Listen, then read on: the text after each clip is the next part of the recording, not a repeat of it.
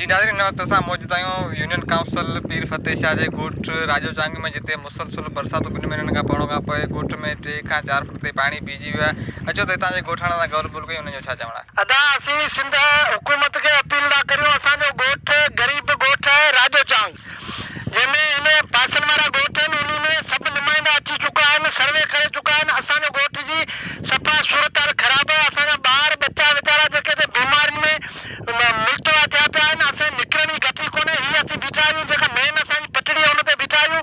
घर ॾेई चुका आहिनि। अहिड़ा ई माण्हू वीचारा आहिनि जेके लबे टपर खणी हलिया विया आहिनि।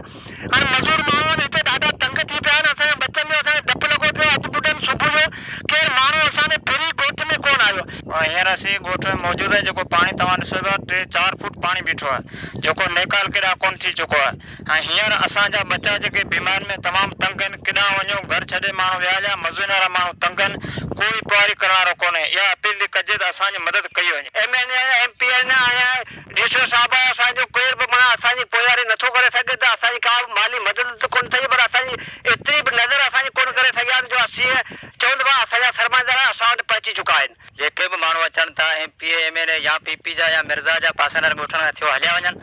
असां वटि केरु बि कोन थो अचे। अॼु ॾींहं खां वठी इलेक्शन जे वक़्त ते बि असां वटि केरु न अचे। जी नाज़रीन, तव्हां हितां जे ॻोठाणा जी ॻाल्हि ॿोल ॿुधी, हुनजो चवणु आहे त असां वटि को बि चूंडियल नुमाइंदो न पहुतो आहे, न ई सिंध हुकूमत, न ई ज़िले इंतज़ामिया का सार लधी आहे। हिन जो चवणु आहे त असांजे ॻोठ मां पाणी निकाल कराए ॾिनो वञे। कैमरामैन यासीन हुसैन सां गॾु शाहनवाज़ चावड़ो, टाइम न्यूज़ सिराणी।